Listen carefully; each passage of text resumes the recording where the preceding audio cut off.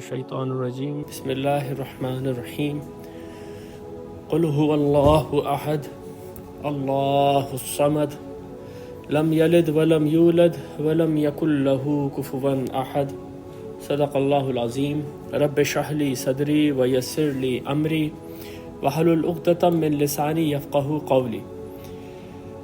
سورہ اخلاص کے اوپر پچھلے ہفتے ہم نے اپنا پہلا سیشن کیا تھا جس میں ہم انٹروڈکشن سے زیادہ آگے بات نہیں کر سکے تھے، اور آج ہمارا ارادہ یہ ہے کہ ہم اس کا لفظ بلفظ ترجمہ شروع کریں گے۔ ایک بات میں ابتدا میں آپ لوگوں کے سامنے رکھنا چاہتا ہوں کہ آج شاید تھوڑا سا ہمارا جو سیشن ہے وہ تھوڑا سا ٹیکنیکل ہوگا، تاکہ یہ جو الفاظ اس میں استعمال ہوئے ہیں احد اور صمد اور اللہ، ان کی تھوڑی ہم گہرائی سمجھ سکیں۔ لیکن میری کوشش پوری یہ ہوگی کہ وہ جو بھی ٹیکنیکل اسٹف میں آپ لوگوں کے سامنے رکھوں گا اس کو جتنا آسان کر سکوں۔ تو اپنے آپ کو گزشتہ سے پیوستہ کر لیجئے کہ پچھلے ہفتے ہم نے جو انٹروڈکشن دیا تھا اس میں چند بنیادی باتیں یہ تھیں کہ اس کے اسباب نزول میں سے یہ ہے کہ یہ سورہ نازل ہوئی ہے قریش کے، یہودیوں کے اور نصارہ کے اس سوال کے جواب میں کہ انہوں نے کہا تھا کہ آپ کا رب کون ہے اور اس کا نسب کیا ہے، اس کی جنس کیا ہے، وہ کس چیز کا بنا ہوا ہے۔ تو اس میں نے آپ کے سامنے بالکل ابتدا میں ایک قول رکھا تھا امام رازی کے توسط سے کہ ان المشرکین ارسلوا عامر ابن الطفیل الی نبی صلی اللہ علیہ وسلم۔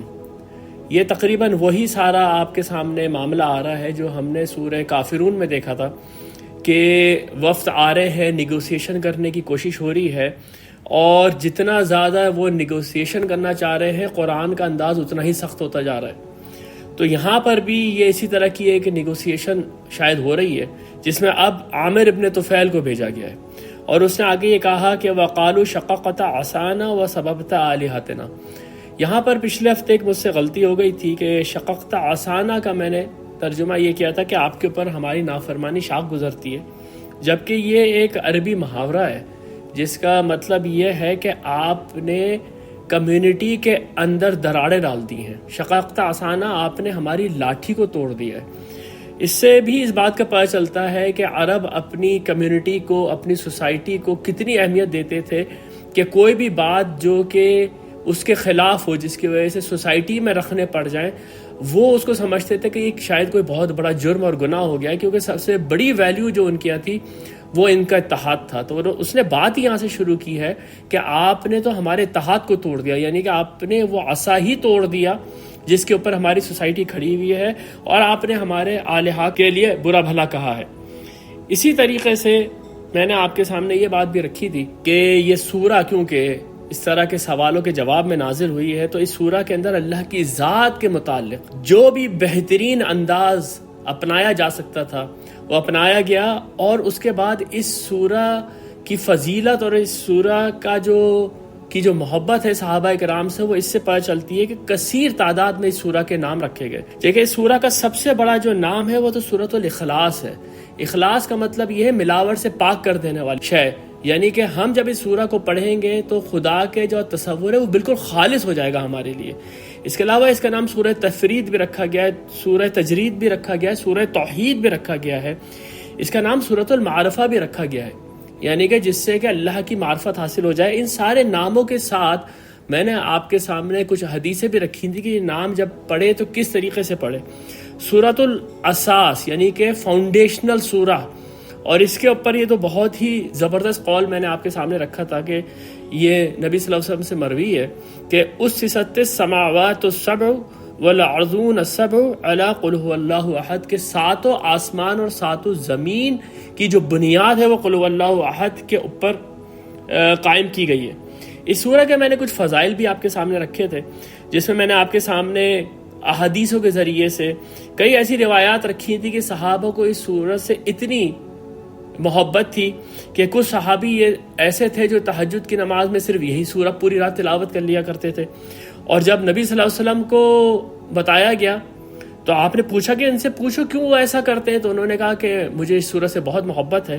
تو نبی صلی اللہ علیہ وسلم نے جواب دیا اخبروہ ان اللہ تعالی یحبہ، کہ اس کو خبر دے دو کہ اللہ تعالیٰ بھی اس سے محبت کرتا ہے، یعنی کہ اس سورہ کی توسط سے اللہ کی محبت، یہ بالکل ایک واضح طور پہ اس حدیث سے بات سامنے آتی ہے۔ یہ بھی ہم نے دیکھا کہ کچھ صحابہ کو اتنی محبت تھی کہ وہ جب بھی نماز پڑھاتے تھے یا تو ابتدا میں ضرور یہ سورہ پڑھا کرتے تھے اور ساتھ دوسری سورہ ملاتے تھے، یا کبھی وہ ایسا کرتے تھے کہ وہ ایک سورہ پڑھتے تھے، اس کے آخر میں رکوع کرنے سے پہلے سورہ اخلاص ضرور پڑھتے تھے۔ تو ان کو بھی یہی کہا گیا کہ کیوں تم ایسا کرتے ہو؟ تو اس کے جواب میں انہوں نے کہا مجھے سورہ سے بہت محبت ہے، میں اس کو ایسا چھوڑ نہیں سکتا، اس کو میں ایسا ہی کرتا رہوں گا۔ جب نبی صلی اللہ علیہ وسلم کو اطلاع دی گئی تو نبی صلی اللہ علیہ وسلم نے یہی جواب دیا، حبک ایہا ادخلک الجنہ، کہ تیری اس محبت نے، اس سورہ کی اس محبت نے تجھے جنت میں داخل کر دیا۔ میں نے آپ کے سامنے یہ بات بھی رکھی تھی کہ مشہور ترین اقوال اور مشہور ترین حدیث اس سورہ کی فضیلت میں یہ بھی ہے کہ یہ ایک تہائی قرآن کے برابر ہے، اور ایک تہائی قرآن کا برابر ہونا یہ قطعاً مقصد نہیں ہے کہ اس کی تلاوت کا ثواب جو ہے وہ ایک تہائی قرآن کے برابر ہے، بلکہ اس کے اندر جو موضوعات ڈسکس کیے گئے ہیں وہ ہیں جو بعد میں جب کھلے ہیں تو ایک تہائی قرآن کے اوپر ہیں۔ تو اس کے اوپر جو سب سے عمدہ بات میں نے آپ کے سامنے رکھی تھی وہ امام راضی کا یہ دلیل تھی کہ قرآن میں کیا ہے، قرآن کے اندر یا ان کے بقول یہ جو بھی کچھ ہماری شریعت ہے اور ہماری جو عبادات ہے اس کا مقصد کیا ہے، معرفت ذات اللہ و معرفت صفاتہ و معرفت افعالہ، کہ ہمیں معرفت حاصل ہو جائے اللہ کی ذات کی، اللہ کی صفات کی اور اللہ کے افعال کی، اور یہی وہ تین چیزیں ہیں جس کے ذریعے ہم بھی یہاں پر اللہ تعالیٰ کی ذات کو اور صفات کو سمجھنے کی کوشش کریں گے جو کہ قرآن نے بیان کی ہے، تاکہ ہمیں بالکل پتہ چل جائے کہ قرآن خدا کا کیا تصور دیتا ہے، دوسرے مذاہب میں خدا کا کیا تصور رہا ہے۔ تو کیونکہ اس سورہ کے اندر وہ یہ فرماتے ہیں کہ وَهَذِهِ سورۃ مشتملۃ علی معرفت الذات، اور یہ معرفت ذات کے اوپر سورہ ہے، تو یہ 1/3 آف دی قرآن کے برابر ہے۔ یہ میں نے آپ کے سامنے کئی اس طرح سے چیزیں رکھی جس سے کہ اس سورہ کی فضیلت کا ہمیں اندازہ ہوا۔ اب آئیے آج اب اس سورہ کا ہم بالکل حرف بحرف مطالعہ شروع کرتے ہیں۔ یہ سورہ کی ابتدا ہوتی ہے کلمہ قل سے، قل هو اللہ احد۔ ابتدا میں ہی میں نے آپ کو یہ کہا تھا کہ میں یہاں پر آپ لوگوں کے ساتھ آج تھوڑی ٹیکنیکل باتیں کروں گا، لیکن انشاءاللہ تعالیٰ اس کو میں آسان بھی کرنے کی کوشش کروں گا۔ دیکھیں لفظ قل سے، قل کا مطلب ہے کہہ دو، یعنی کہ امر کا صیغہ ہے، حکم دیا جا رہا ہے اے نبی آپ کہہ دیں۔ لیکن یہ جو ایک لفظ قل ہے اس نے بھی اس کے اندر ایک بڑی قیامت چھپا کے رکھی ہوئی ہے۔ دوسری بات یہ ہے کہ یہ جو پہلا ہی سنٹنس ہے، پہلی ہی آیت ہے قل هو اللہ احد، آپ اگر تفاسیر میں جا کے دیکھیں گے تو آپ کو اندازہ ہوگا کہ اس کی گرامیٹیکل انالیسس کے اوپر کتنی زیادہ آراں ہیں، یعنی کہ یہ 3 لفظوں کے اوپر مشتمل جو جملہ ہے هو اللہ احد، یہ اپنی کنسٹرکشن کے حساب سے کوئی آسان جملہ نہیں ہے۔ ایک تو یہ کہ اس کے اندر کنسٹرکشن کی ڈیفیکلٹی ہے، دوسرے یہ پتہ چلتا ہے کہ اس سے کہ ان دونوں الفاظ کے اندر، احد کے اندر، اللہ کے اندر، صمد کے اندر کتنی زیادہ شدید گہرائی ہے۔ تو یہ بات ذہن میں رکھتے ہوئے لفظ قل کے معنی دوبارہ دیکھیں کہ قل کے معنی ہے کہہ دو، یعنی کہ یہ جو سوالات یہ لوگ کر رہے ہیں جو سورۃ الکافرون میں آیا تھا کہ لا اعبد ما تعبدون ولا انتم عابدون ما اعبد، جس کی میں عبادت کرتا ہوں اس کی تم عبادت نہیں کرتے، تو سوالات پیدا ہوئے کہ بھائی کہ آپ کس کی عبادت کرتے۔ اچھا سورہ کافرون بھی قل سے شروع ہوئی تھی، تو وہاں پر بھی اصل میں بات یہ تھی کہ ان سوالوں کا جواب تمہیں اللہ دے رہا ہے، تم جو بھی سوالات کر رہے ہو اللہ کے بارے میں اس کا جواب تمہیں اللہ ہی دے رہا ہے۔ تو پہلی چیز اس قل سے جو سامنے آتی ہے وہ یہ کہ یہ انہی سوالوں کے جواب میں نازل ہو رہی ہے۔ دوسری بات جو تقریباً تمام مفسرین نے لکھی ہے وہ یہ کہ آج بھی جب میں اور آپ قل پڑھ کے اس سورہ کی ابتدا کرتے ہیں تو ہم اللہ کی طرف سے اس کی جو وحدانیت ہے، اس کی جو توحید ہے، اس کا اظہار کر رہے ہوتے ہیں، خود اپنے آپ کو بتا رہے ہوتے ہیں، دوسرے لوگوں کو بتا رہے ہوتے ہیں۔ یعنی کہ کوئی اگر ہم سے بحیثیت مسلم یہ پوچھے کہ تمہارا خدا کون ہے تو قل ان کو یہ بتا دو کہ ہمارا خدا یہ ہے۔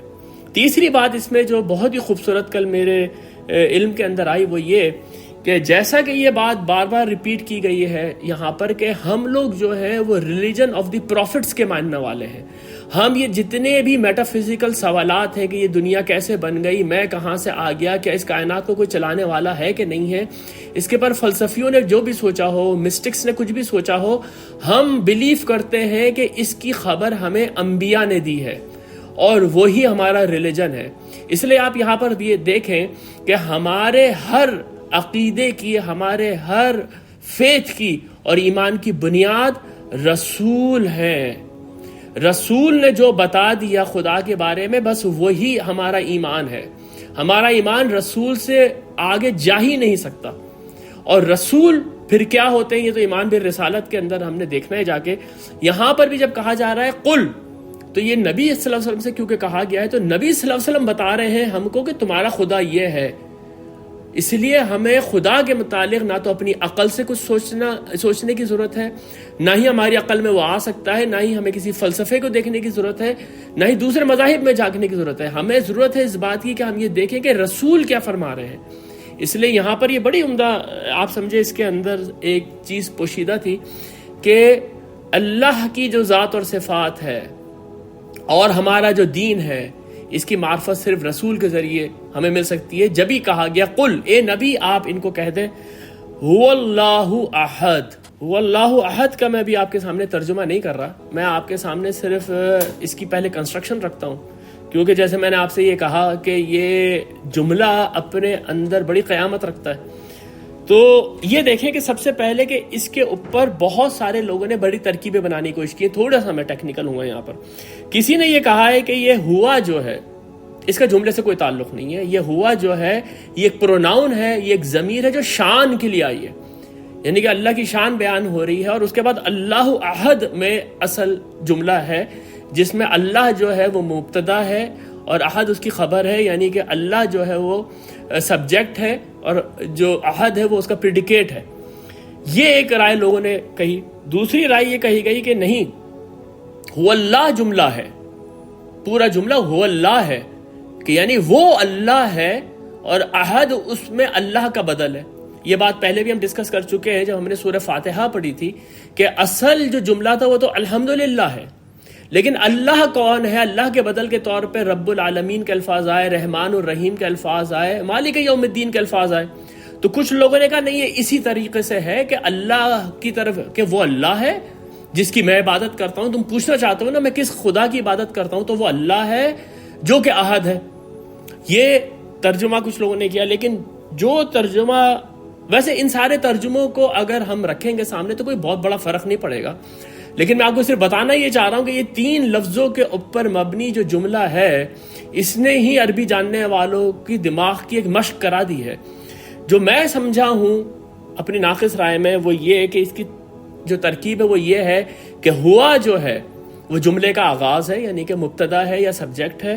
اللہ جو ہے وہ اس کی پہلی خبر ہے, یعنی کہ فرسٹ پریڈیکیٹ ہے, اور احد جو ہے وہ اس کا دوسرا پریڈیکیٹ ہے. یعنی اس جملے کا ترجمہ اس طرح سے یہ ہے کہ ان کو کہہ دو وہ اللہ ہے, وہ احد ہے. اب اس میں اللہ اور احد کا بھی میں نے ابھی ترجمہ نہیں کیا, یعنی کہ جس کے بارے میں تم پوچھ رہے ہو نا کہ میں کس کی عبادت کرتا ہوں وہ اللہ ہے. سمجھے آپ؟ تو ہوا کا اشارہ ہے اس طرف جس خدا کے لیے سوال کر رہے تھے, ہوا وہ جس کے لیے تم سوال کر رہے تھے وہ اللہ ہے. یعنی میں تمہیں اس کا انٹروڈکشن کراتا ہوں کہ میں کسی کی عبادت نہیں کرتا لیکن میں اللہ کی عبادت کرتا ہوں. تو وہ کہتے تھے اللہ کی عبادت تو ہم بھی کرتے ہیں. تو اس کے جواب میں پھر کہا گیا کہ وہ احد ہے, یعنی کہ اصل جو قیامت ہے اس سورہ کے اندر وہ لفظ احد کے اندر پوشیدہ ہے. اس لیے آج بھی میرا ارادہ یہ ہے کہ حالانکہ لفظ اللہ کو بھی ہم نے دوبارہ ڈسکس کرنا ہے, حالانکہ یہ لفظ ہم پہلے ڈسکس کر چکے ہیں بہت تفصیل سے جب ہم نے بسم اللہ الرحمن الرحیم کا درس کیا تھا یہاں پر, لیکن آج میں آپ کے سامنے اس کی ایک سمری ضرور رکھوں گا, کیونکہ اب جس طریقے سے یہ لنک ہو رہا ہے اللہ احد کے ساتھ, اللہ صمد کے ساتھ, اس کو دہرانا ضروری ہے. لیکن میں سب سے پہلے جو چیز آپ کے سامنے رکھوں گا وہ لفظ احد کا ہی ترجمہ رکھوں گا. سب سے پہلے اس بات کو دیکھیں کہ جب یہ کہا گیا نا کہ وہ اللہ ہے, جو میرا معبود ہے وہ اللہ ہے, تو اللہ تو ان سب کو وہ سب بھی اللہ کو مانتے تھے، یہاں تک کہ عیسائی جو نجران میں رہتے تھے، جو نبی صلی اللہ علیہ وسلم سے ملاقات کرنے کے لیے آئے تھے، وہ بھی عربی زبان میں اپنے خدا کو اللہ ہی کہتے تھے۔ آج بھی آپ کوئی بھی بائبل ڈاؤن لوڈ کر لیجئے یا کوئی بھی بائبل خرید لیجئے جو کہ عربی زبان میں ہے، میرے پاس ہے، تو وہ بائبل اللہ کا لفظ استعمال کرتی ہے گاڈ کے لیے۔ آپ جانتے ہیں دی بک آف جینیسس جو ہے وہ شروع اس طرح سے ہوتی ہے کہ خدا نے 6 دن کے اندر آسمان اور زمین بنایا، تو وہاں خدا کا نام اللہ لکھا ہوا ہے کہ اللہ خلق السماوات والارض فی 6 ایام۔ بالکل اسی طرح کی ایک آپ سمجھیں کہ آیت ہے جو قرآن میں کئی دفعہ آئی ہے۔ تو اللہ کا لفظ مشرکین بھی بولتے ہیں، اللہ کا لفظ عیسائی بھی بولتے ہیں۔ یہودیوں کے بارے میں آپ کو بتا چکا ہوں کہ انہوں نے اپنے اوپر خدا کا نام لینا حرام کر کے رکھا ہوتا ہے، اس لیے وہ یہوا یا ہی شام اس طرح کے الفاظ استعمال کرتے تھے۔ قرآن کے اندر ان لوگوں کو بار بار اس بات کی طرف توجہ دلائی گئی ہے، اور میں نے بھی آپ کے سامنے کئی آیتیں یہ رکھی ہیں کہ اللہ کو پہچاننے کے باوجود بھی ان کا اصل جرم اللہ کے ساتھ شرک کرنا تھا۔ اس لیے قرآن جو ہے ان کو بار بار توجہ یہی دلا رہا ہے کہ تم اللہ کو مانتے ہو کہ اسی نے سب کچھ تخلیق کیا ہے، وہی اللہ ہے جس کے یہ پیغمبر ہے۔ یہ سورہ مومنون کی ایک میں آیت آپ کے سامنے رکھتا ہوں، قل لمن الارض ومن فیہا ان کنتم تعلمون۔ قل سے دیکھیں یہ بھی شروع ہوا، اے نبی آپ ان سے پوچھیں، یہاں پر آپ قل کا ترجمہ اس طرح سے کریں گے کہ آپ ان سے پوچھیں کون ہے جس کے لیے یہ زمین ہے اور جو کچھ بھی اس کے اندر ہے وہ کس کا ہے؟ سیقولون للہ، وہ کہیں گے اللہ کے لیے ہے سب کچھ۔ قل افلا تذکرون، تو اے نبی آپ ان سے پوچھیں کہ یہ لوگ نصیحت حاصل نہیں کرتے۔ قل، اے نبی آپ ان سے پوچھیں من رب السماوات السبع ورب العرش العظیم، کون ہے 7 آسمانوں کا مالک یعنی کہ رب، اور کون ہے عرش عظیم کا مالک؟ سیقولون للہ، وہ کہیں گے اللہ۔ قل افلا تتقون، تو ان سے کہو پھر تم لوگ ڈرتے نہیں ہو۔ قل، اے نبی آپ ان سے پھر پوچھئے من بیدہ ملکوت کل شیء، کس کے ہاتھ میں ہر چیز کا اقتدار ہے، ہر شے کا اقتدار کس کے ہاتھ میں ہے؟ وَهُوَ يُجِيرُ وَلَا يُجَارُ عَلَيْهِ، جو کہ ہر کسی کے خلاف تمہیں پناہ دیتا ہے، اس کے خلاف کہیں سے تمہیں پناہ نہیں مل سکتی۔ ان کنتم تعلمون، اگر تم اس بات کو جانتے ہو۔ سیقولون للہ، وہ کہیں گے صرف اللہ کے لیے ہے۔ قل فأنا تسحرون، تو پھر تم کو کہاں سے دھوکہ لگ رہا ہے؟ یہ قرآن کا ایک بڑا ریگولر ٹاپک ہے، میں مختلف آیات آپ کے سامنے لے کر آتا رہا ہوں۔ یہ بات تو وہ خود بھی مان رہے ہیں، یہ بات وہ خود بھی مان رہے ہیں کہ اللہ وہ ہے جو مالک حقیقی ہے، اللہ وہ ہے جو ان کو رزق دیتا ہے، جو خالق کائنات ہے، جو اس کائنات کو چلا رہا ہے، اس کا مدبر ہے، ان کا منتظم ہے، سب کچھ اللہ ہی ہے۔ پھر کیا مسئلہ ہے؟ مسئلہ یہ ہے کہ وہ اس کو عہد نہیں مان رہے، یہ ہے اصل مسئلہ۔ تو یعنی کہ اس سورہ کے اندر جو اصل لفظ ہے جس کے اوپر آج ہم نے اپنی مائکروسکوپ لگا دینی ہے، وہ لفظ عہد ہے۔ اور یہی میں نے آپ کے سامنے پچھلی دفعہ رکھا تھا کہ اسی وجہ سے صحابہ کو اس سورہ سے اتنی محبت تھی کہ ہم جانتے ہیں کہ امیہ بن خلف نے جب حضرت بلال کے اوپر ظلم کرنے شروع کیے تھے تو وہ ایک ہی لفظ بولتے تھے، عہد عہد عہد۔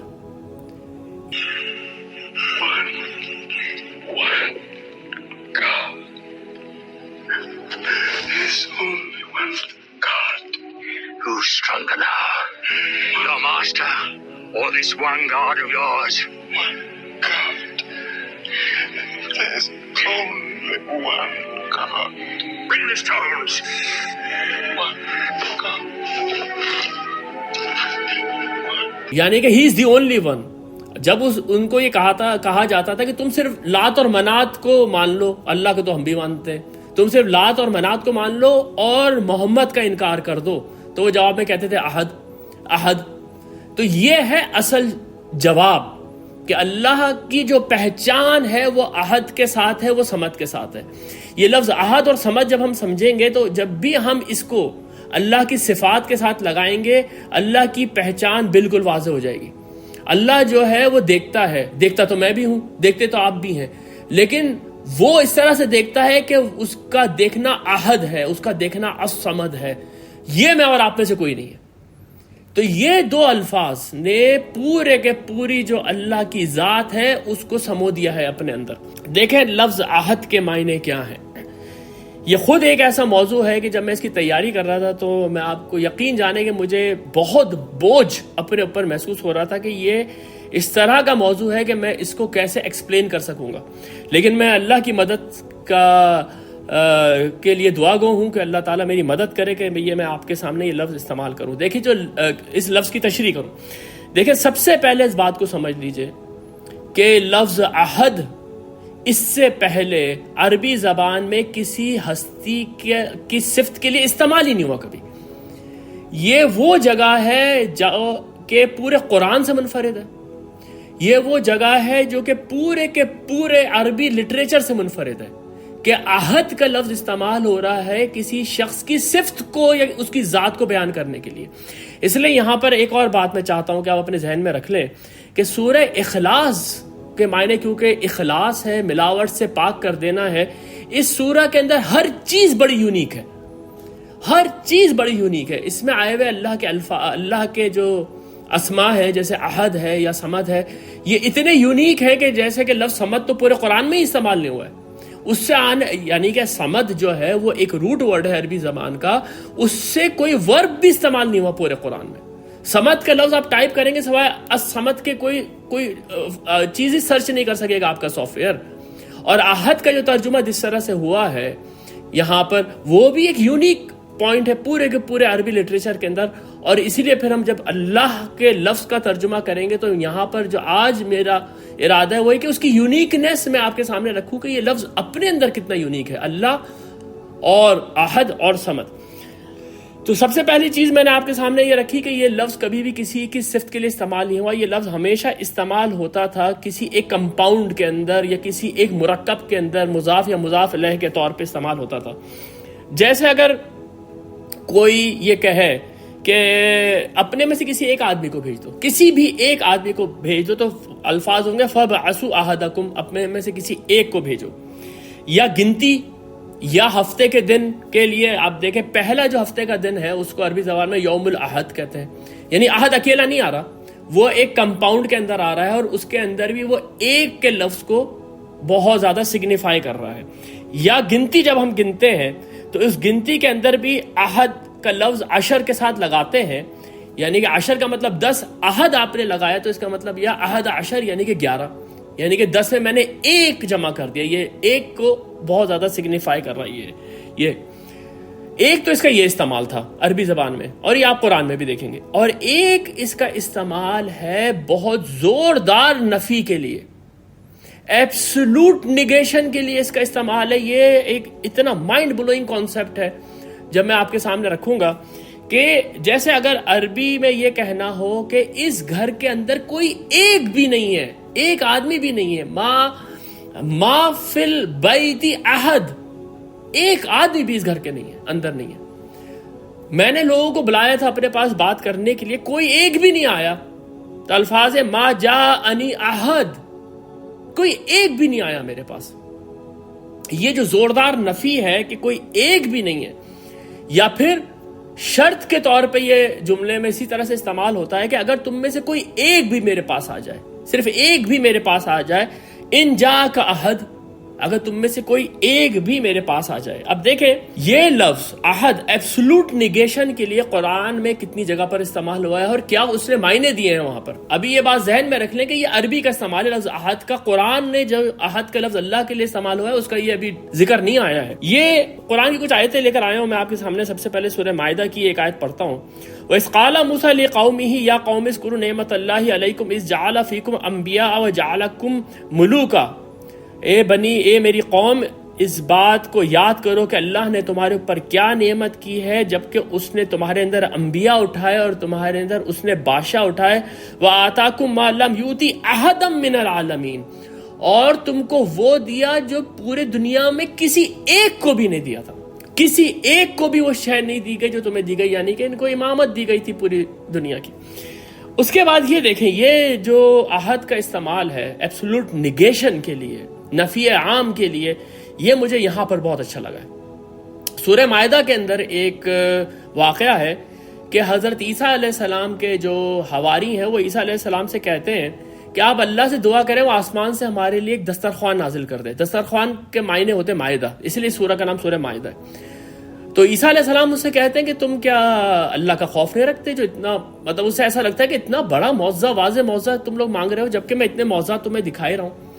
تو وہ کہتے ہیں نہیں، آپ دعا کریں، ہم اس میں سے کھائیں گے، وہ ہمارے لیے عید ہوگی اور ہم اس سے اللہ کا شکر ادا کریں گے. اس کے جواب میں اللہ تعالیٰ سے عیسیٰ علیہ السلام دعا کرتے ہیں کہ آسمان سے مائدہ اتار دے ہمارے لیے. اس کا جواب سنیں قرآن میں کیا ہے. قال اللہ انی منزلوها علیکم، اللہ تعالیٰ نے جواب دیا کہ میں اتارنے والا ہوں آسمان سے ایک دسترخوان تم لوگ، ان لوگوں کے اوپر یا تم لوگوں کے اوپر. فمن یکفر بعد منکم، اس کے بعد اگر تم میں سے کسی نے کفر کیا، اتنا بڑا معجزہ دیکھنے کے بعد اگر تم میں سے کسی نے کفر کیا، فإنی أعذبه عذابا، میں ان کو ایسا عذاب دوں گا، لا أعذبه أحدا من العالمین، ایسا عذاب میں نے اس دنیا میں کسی ایک کو بھی نہیں دیا تھا. یہ عہد کا جو استعمال ہے یہاں پر، اس سے آپ کو اس لفظ کی انٹینسٹی کا اندازہ ہو گیا ہوگا کہ بعض اوقات کوئی بھی نہیں بس ایک. یہ اس لفظ کے معنی ہے وہ بھی نیگیشن کے اندر ہے. ایک ٹرم فلسفی میں استعمال ہوتی ہے یا تھیولوجی میں استعمال ہوتی ہے نیگیٹو تھیولوجی. نیگیٹو تھیولوجی وہی ہے کہ آپ کوئی تصور ایسا باندھیں جس کے اندر کوئی بھی کمزوری نہ ہو، جس کو ہم تسبیح کہتے ہیں. یہ یہاں پر ایبسولوٹ نیگیشن جو ہے یہ نیگیٹو تھیولوجی کی طرف ہمیں لے کے جا رہا ہے.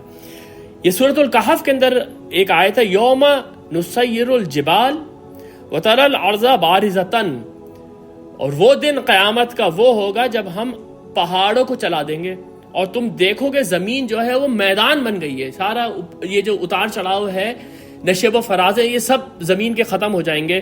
وہ حشرناہم، اور ہم ان سب کو جمع کریں گے، فلم نغادر منہم احدا، اور ہم ان میں سے کسی ایک کو بھی نہیں چھوڑیں گے، کسی ایک کو بھی نہیں چھوڑیں گے.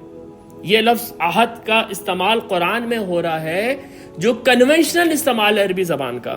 اسی طرح قرآن میں سورہ کہف وغیرہ میں ولا یشرک فی حکمہ احدا، وہ اپنے حکمرانی میں، اپنے حکم میں کسی ایک کو بھی شریک نہیں کرتا. هو اللہ ربی ولا اشرک بربی احدا، وہ میرا رب ہے اللہ، میں اس کے ساتھ کسی ایک کو بھی شریک نہیں کرتا. اور اس کے بعد یہ یہاں پر آخری میں آپ کے سامنے رکھتا ہوں، یہ سورہ کہف کی آخری آیت ہے، قل انما انا بشر مثلکم یوحی الی انما الہکم الہ واحد، کہ اے نبی آپ ان سے کہہ دیں کہ میں تو ایک انسان ہوں تم لوگوں کے جیسا، فرق یہ ہے کہ میرے اوپر وحی نازل ہوتی ہے کہ میرا الہ ایک الہ ہے، انما الہکم الہ واحد. یہاں پر دیکھیں واحد کا لفظ استعمال ہوا ہے، احد کا لفظ ابھی استعمال نہیں ہوا ہے. واحد اور احد میں بھی آپ کے سامنے فرق رکھنے والا ہوں. فمن کان یرجو لقاء ربہ، اور جو کوئی بھی امید رکھتا ہے اپنے رب سے ملاقات کی، فلیعمل عملا صالحا، تو وہ کرے اچھے عمل، ولا یشرک لعبادت ربہ احدا، اور وہ اپنے رب کی عبادت میں کسی ایک کو بھی شریک نہ کرے. یہ ہے وہ اصل پوائنٹ جس میں جب هو اللہ کہا گیا تو ہمارا رب تمہارے تصور سے کیسے الگ ہے کہ اس جیسا کوئی ایک بھی نہیں ہے، اس کی عبادت میں کسی ایک کو بھی ہم شریک نہیں کرتے.